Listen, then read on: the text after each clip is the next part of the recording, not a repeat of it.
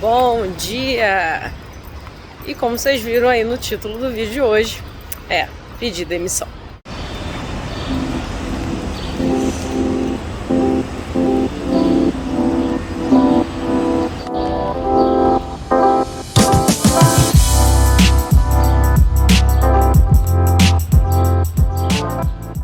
Imagine o momento que a gente está vivendo hoje. Aqui em Ontário, aqui em Toronto, a gente está entrando amanhã na segunda fase de reabertura pós-pandemia. Muitos, ficaram esse último ano, muitos trabalhadores ficaram esse último ano sem trabalho, recebendo ajuda do governo de aproximadamente $2.000. Então as pessoas ficaram em casa. E os restaurantes começam a reabrir, e agora na fase 3, que eu acredito que mais ou menos daqui a uns 20 dias a gente vai estar entrando na fase 3. Os restaurantes aqui em Ontário vão abrir suas portas para as pessoas comerem dentro dele. Hoje elas só podem comer como esse restaurante aqui, no lado de fora, que eles chamam de pátio. E é nesse cenário que eu pedi demissão. Mas calma, pedi demissão porque, se você já viu algum outro vídeo aqui, eu trabalhava em 2 localidades. Inclusive fui para essa localidade onde eu pedi demissão, porque eles ofereceram mais. E aí eu ficava 2 vezes por semana lá, trabalhando como prep cook. E os outros dias ficava no restaurante que eu tô desde que eu cheguei, onde eu cheguei ao cargo de Junior Sous Chef. E agora acabei de ser promovida para Sous Chef, que na verdade hoje é o cargo mais alto dentro da unidade onde eu tô, Como eu já falei, é uma empresa aí que tem diversas unidades, E hoje é o cargo mais alto dentro da cozinha que eu posso atingir, porque eu vou estar gerenciando a cozinha. Bom, mas se você vê aí, eu fiz um vídeo que eu coloquei como título Sous Chef. Na verdade, o Junior Sous Chef é o iniciante, dessa área, dessa responsabilidade. E aí, hoje, estou me tornando Sous Chef. E cada vez mais eu fico responsável muito por uma parte mais de gerenciamento administrativo do que propriamente ali na cozinha. E é um pouco sobre isso que eu quero falar, no vídeo de hoje. Muitas pessoas, quando imaginam ou até pensam um dia trabalhar num restaurante porque gostam de cozinhar em casa, imagina você ficar fazendo vários pratos, receitas diferentes e sabores diferentes e tal. Isso eu acho que é uma realidade, eu não tenho experiência, mas isso eu acredito que seja uma realidade num restaurante que aqui eles chamam de fine dining, um restaurante que mude o cardápio de tempos em tempos. Mas num restaurante, mais do dia a dia, isso não é a realidade. O trabalho na linha, é um trabalho repetitivo e é como se fosse uma linha de produção, Depois que você aprende todas as técnicas ali, ou não só as receitas, mas a forma de um empratamento, é um trabalho repetitivo. E aí eu falo que é um trabalho de performance, É cada vez mais você conseguir fazer de uma forma mais rápida e organizada, a execução dos pratos. Então o restaurante lá é um restaurante pequeno. Hoje na cozinha eu tô com uma equipe pequena, mas pelo menos eu não tô sozinha, porque lá atrás, no inverno, eu passava o dia inteiro sozinha, fazendo tudo na cozinha, e hoje eu já começo a liderar uma equipe, e uma das minhas funções é exatamente organizar e fazer o schedule, fazer o cronograma, de quem vai trabalhar com quem, quantas horas, e aí você tem que saber o custo, daquela hora pelo número das pessoas dentro da cozinha.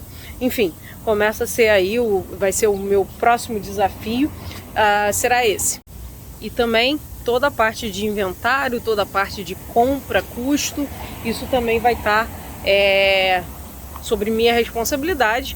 Claro que com o tempo, né, você não consegue aprender e executar isso de forma sensacional logo de cara. Eu já estava começando a fazer uma parte, mas eu tinha um supervisor e ele pediu demissão, e é impressionante o que está acontecendo aqui, como as pessoas estão mudando de emprego e como aumentaram, né, os salários do pessoal dessa área de restaurante. Ouvi dizer que o governo está dando aí um empréstimo ou ajudando financeiramente os restaurantes para que eles possam contratar a equipe, já que ele vai aumentar, né, o seu volume, porque vão abrir as portas dentro em breve. Então parece que os donos de restaurantes estão recebendo esse dinheiro do governo, e com isso ficou a hora trabalhada, né, aumentou demais.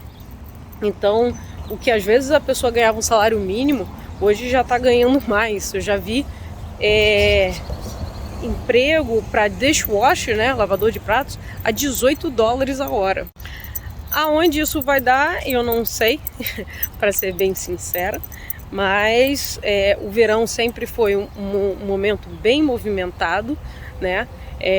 Acho que tem um vídeo lá aqui no norte, né, do Rafael, ele falando um pouquinho sobre essa sazonalidade, né, do mercado de trabalho aqui, especialmente nesses empregos entry-level jobs, como no verão fica muito aquecido e cai no inverno.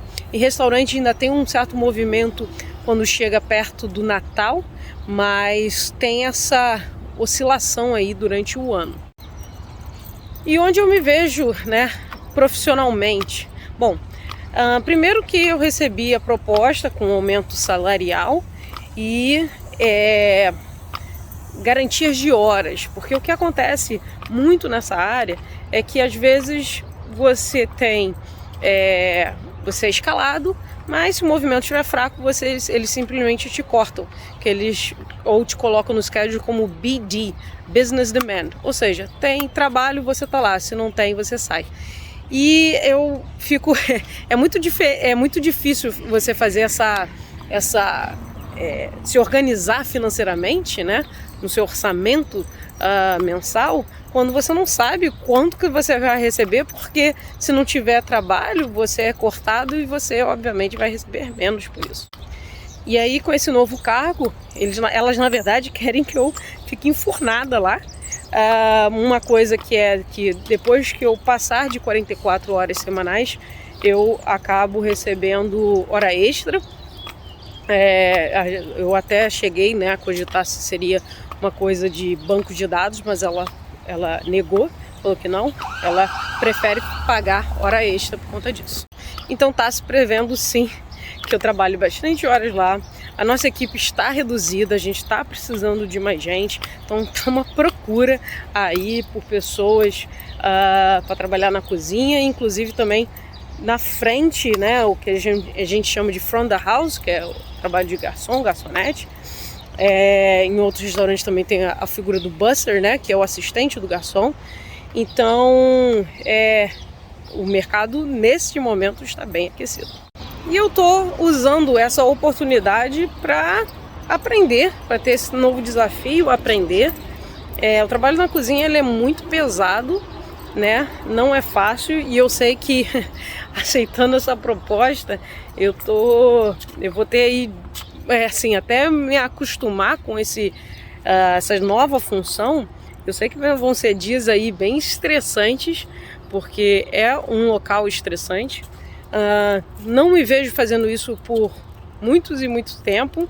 Eu não sei, é um misto quando você trabalha nessa área, porque por ser um trabalho de performance, e eu sempre gostei muito de esporte, tem uma questão de adrenalina que passa depois de um serviço assim muito movimentado, que você sente assim, nossa, tipo assim, é quase aquela coisa da vitória depois, né, de um jogo muito apertado.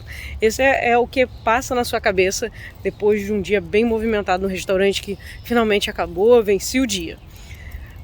E ele é meio, acho que ele é meio viciante, por isso que eu acho que tem muita gente que continua na área por longos tempos. E como eu gosto de esporte, eu acho que eu sinto um pouco disso. Mas é realmente muito cansativo. Eu vejo outras oportunidades de emprego aqui, mas olhando assim, né, o job description, eu percebo que eu ainda tenho que ter experiência.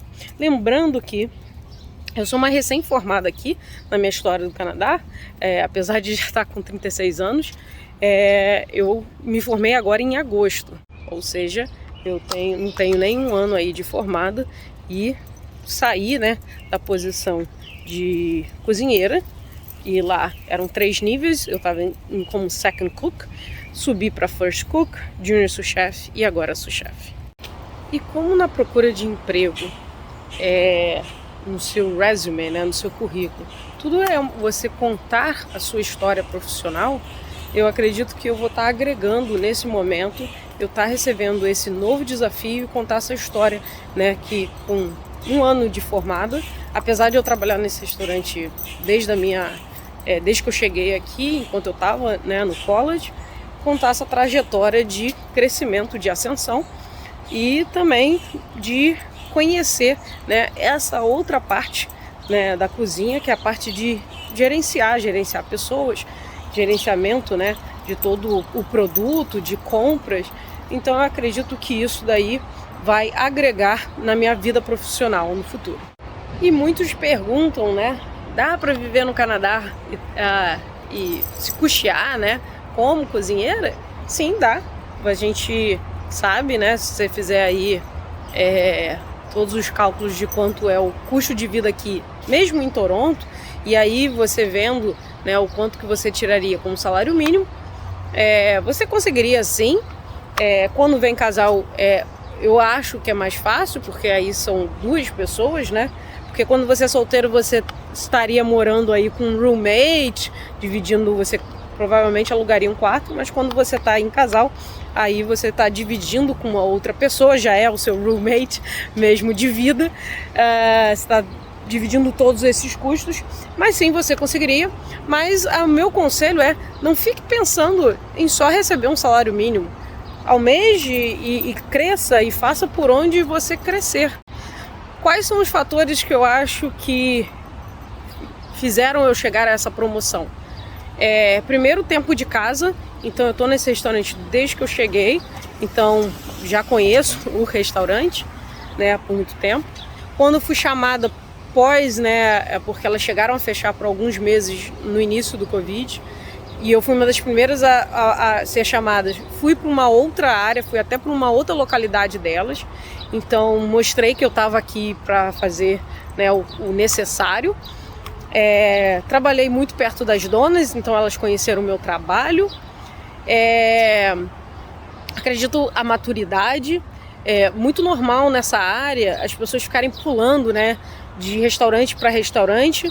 Em parte eu entendo quando você quer aprender, né, novas técnicas, novas receitas, nova cultura de trabalho. Eu acho isso muito interessante, né, quando você quer se desenvolver como cozinheiro. Mas para você crescer dentro da cozinha profissional, vai muito pela questão, né, de você sair de ser um cozinheiro, ou seja, uma pessoa muito técnica, para essa pessoa que gerencia. E eu acredito que eu tenho isso, né, de ficar questionando como as coisas funcionam. Na verdade era para facilitar o meu trabalho, porque para eu não ficar sem comida, eu ficava perguntando quando que eu tinha que informar que está acabando para ela ser comprada. Então tem muita gente nessa área que não liga para isso e simplesmente vai notificar, olha, não tem mais cebola, não tem mais tomate. E aí nesse ponto você não tem muito o que fazer do que sentar e esperar chegar esse produto. Infelizmente essa é a realidade que acontece muito na cozinha, de pessoas que simplesmente estão ali para cortar alimentos e não pensar, né, no processo que é. E aí, como eu ia muito questionando e sabendo e informando a tempo hábil de solucionar, né, o problema, elas começaram a, acho que, enxergar isso em mim. Mas muito da minha escolha de me manter nesse restaurante, sendo bem sincera, foi todo o cenário de imigração, de saber que eu tinha que me manter como line cook, pós-formada, né, para primeiro eu conseguir a extensão do meu visto de trabalho e também para pontuação do Canadian Experience Class. Por isso que eu falo que a gente sempre tem que estar em mente, né, toda a questão de imigração para suas escolhas. Então, enquanto você está no processo, as suas escolhas têm que ser baseadas em imigração, em visto e às vezes nem tanto em salário ou carreira.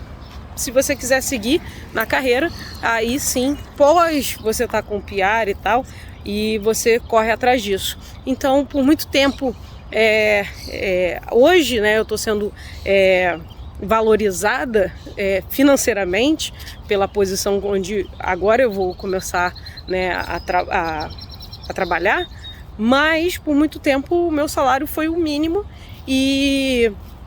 mas eu fazia isso em nome, entendeu, de todo o processo de imigração.